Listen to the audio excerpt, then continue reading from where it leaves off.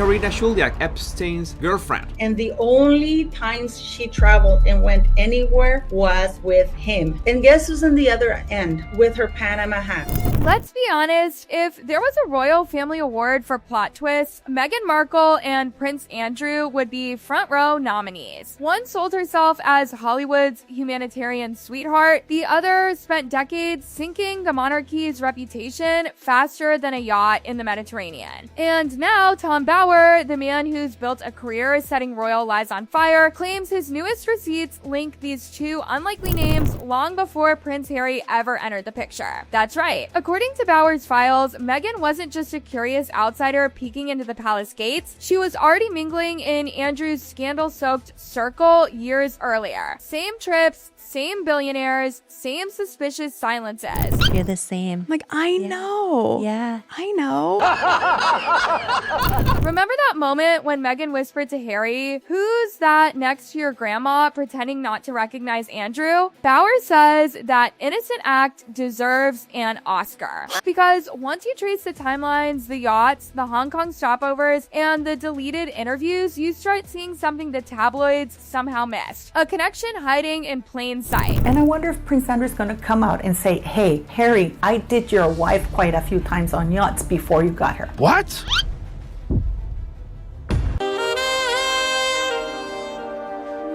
No.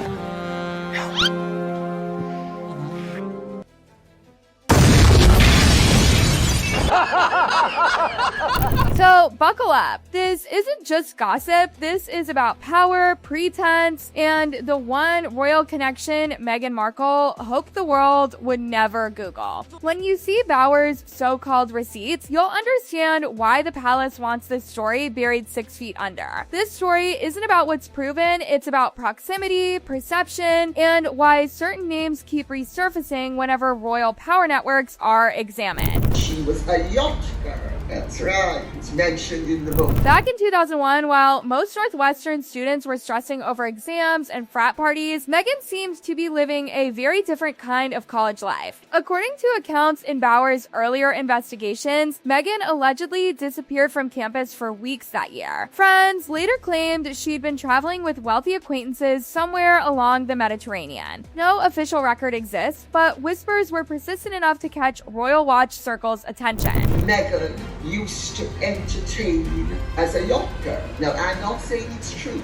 I'm not saying it happened, but I am saying Harry knows. Meghan was known as a hardcore yacht party person, always ready for anything. Years later, names like Yuan Ray, a London-based socialite and investment banker, emerged. He reportedly knew Prince Andrew's associates before the Epstein scandal exploded. Bower doesn't accuse Meghan of wrongdoing, but he does point out the coincidental patterns of proximity, overlapping social networks between ambitious Hollywood hopefuls and the elite European set. In old sorority photos, Meghan beams in pearls and cardigans, the picture of normality. But according to one former peer, she vanished for a while and came back with stories that didn't quite add up. Maybe it was just an adventurous summer. But the timing placed her within luxury circuits often frequented by Andrew's friends long before their names ever appeared in the same headline. And if those early yacht whispers were harmless gossip, why do the same names keep resurfacing right before Meghan's next big move? After college, Meghan's official story paints her as an adventurous young woman, broadening her horizons through study programs in Spain and Argentina. But according to travel blogs and entertainment columnists, those years were a blur of movement. Madrid, Ibiza, Thailand, Monte Carlo, destinations that sound less like classrooms and more like exclusive invitation-only summers. Friends quoted anonymously recall lavish villa gatherings with European high society, oddly well connected for a young actress still looking for her big break. Bower describes this period as the ghost years, gaps in the public timeline where Meghan appeared briefly, then disappeared again. While no verified photos link her to royalty, the same billionaires later associated with Prince Andrew's circle were hosting events during the exact months Meghan was abroad. Whether that's pure coincidence or selective memory, Bower leaves it open for interpretation. Meghan's growing interest in the UK press asking about royal stories before Suits fame may have been ambition or calculated curiosity. Regardless, those European ghost years built a bridge between Hollywood's rising hopeful and Britain's most exclusive drawing rooms. By 2012, Meghan's career was gaining traction. A recurring role on Suits, a few magazine features, and a taste of international promotion. According to Entertainment Press Archives, she was invited to Hong Kong for a fashion event and a publicity tour. But here's where the twist comes. Prince Andrew happened to be there during the same week for a trade and investment mission. There's no proof they met, no photos, but flight logs confirm Andrew's presence, and social media posts, later deleted, show Meghan tagging luxury venues that hosted VIP receptions. In Bauer's eyes, this peculiar overlap is no coincidence. Archived interviews, once removed, had Meghan casually mentioning a British royal nearby, though she never specified who.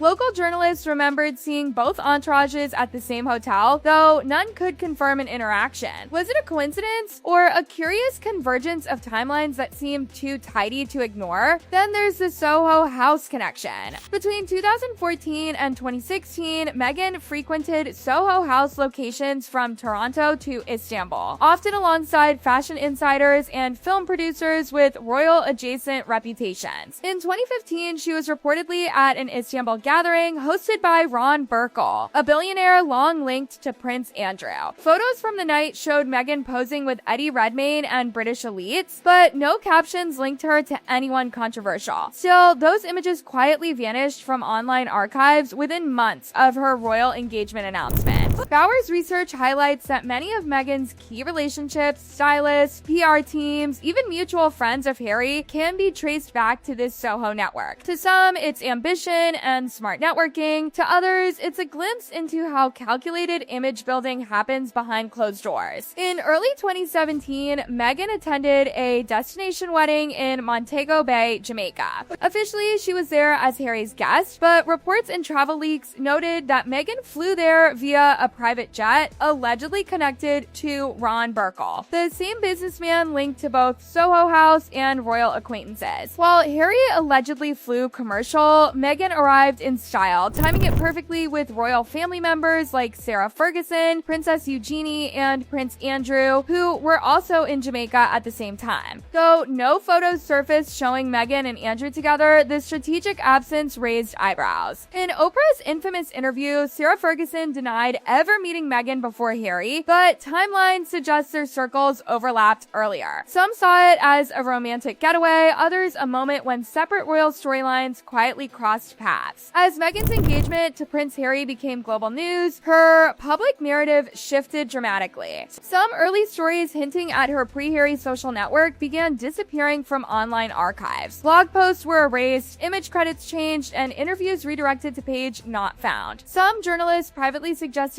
that media teams were working overtime to streamline her narrative, royal protocol at play. Bauer's 2022 biography, Revenge, cracked open a version of royal history that refused to fade. His receipts, though circumstantial, highlighted Meghan's early travels and social circles linked to Prince Andrew's world. He never alleged wrongdoing, but his research connected dots others ignored. Critics accused Bauer of fueling speculation, supporters praised him for documenting what mainstream outlets overlooked. Either way, it cracked open a royal narrative the palace wanted to bury. And let's not forget about the moments leading up to Meghan's grand entrance into Prince Harry's life. By the time they met, Meghan had already built a reputation, one that straddled Hollywood ambition and royal ambition. Meghan was the perfect blend of grace and glamour, but underneath the designer dresses and Hollywood smile, there was something much more strategic. Those early years spent hobnobbing with high society figures in Europe weren't just random events, they were a calculated part of a much bigger picture. In fact, Bauer's research highlights the numerous times Meghan was seen at events with individuals directly connected to Prince Andrew's world. From fashion shows to luxury yacht parties, Meghan seemed to have a way of being in the right place at the right time, as if she was positioning herself for something much greater than just a fleeting Hollywood career. And according to Bauer, this isn't just coincidental. The guest list, the venues, the high empowered individuals, they all seem to overlap in ways that raise eyebrows. When Meghan first met Harry, their connection was instantaneous. But was it truly a romance built on love at first sight? Or was it Meghan's unyielding drive for fame and royal stature that pushed her toward Harry? For many royal watchers, it's hard to ignore the carefully constructed narrative that surrounded their relationship. Meghan had been preparing for this moment her entire life. She knew exactly what she wanted, and what better way to secure her future than by marrying into the British royal family. But as Bauer points out, the connections go far beyond just networking. The timing of certain events like the Monaco Grand Prix or the famous trips to Paris raised suspicions. Why was Meghan so often surrounded by figures from Prince Andrew's circle at key moments in her life? These weren't just idle encounters, these were pivotal moments in her rise to prominence. And as Bauer's investigation reveals, the pattern of Meghan's connections doesn't stop at the luxury lifestyle. There's a darker side to these alliances, one that could potentially be more damaging than anyone could have imagined. Let's talk about the palace's role in all of this. From the moment Meghan and Harry became a couple, the royal family worked overtime to craft a narrative that portrayed them as a perfect match. But there were cracks in the story, and as Meghan's background came under scrutiny, it became clear that the palace was carefully controlling the narrative. The palace may have wanted to protect Meghan from the growing whispers about her past connections, but in doing so, they may have been trying to protect someone else, Prince Andrew. Could it be that the palace was so desperate to shield Meghan from scandal that they overlooked her past ties to Andrew's world? Was Meghan simply a pawn in a much larger game of royal politics? After all, protecting Meghan's image was more than just about her. It was about protecting the royal family from the damage that could come from a scandal involving Prince Andrew. Behind closed doors, there were those who believed that Meghan's inclusion into royal circles was the perfect way to distance the monarchy from Andrew's tarnished reputation. Meghan's fame, her new role as Duchess of Sussex, and her marriage to Harry served as a convenient distraction. It kept the spotlight on her and away from Andrew's past. The media, both in the UK and abroad, rallied around Meghan, elevating her to a status that made it seem as though she was the fresh face the monarchy needed. But while Meghan was being hailed as the new darling of the royal family, Bauer's investigation into her ties to Andrew's world raised serious questions about the authenticity of her image. Those early connections, the luxury venues, the social circles, they weren't just about getting ahead in Hollywood, they were part of a much more calculated plan. Meghan wasn't just trying to secure her own future, she was securing a spot at the very center of the world's most famous family. But as Bauer continues to reveal more details about Meghan's early connections, it's impossible to ignore the potential ramifications of these revelations. Meghan's rise to royal status wasn't just about love or destiny. It was about a masterful strategy to break into the highest echelons of power. And Prince Harry, he might have been the prize, but Meghan's true goal was much bigger than a royal title. As the story unfolds, it's clear that this isn't just about a royal romance. It's about the world Meghan entered, the alliances she made, and the way the royal family is now entangled in a web of deception and hidden truths. Bauer's receipts aren't just a collection of coincidences, they're a wake-up call. They force us to ask hard questions about the true nature of Meghan Markle's rise to royalty and the hidden connections that made it all possible. The palace may want to bury this story, but the truth is slowly coming to light. Whether Meghan's intentions were pure or calculated, one thing is certain: the story of her rise to the royal family is far more complex than the fairy tale we've all been sold.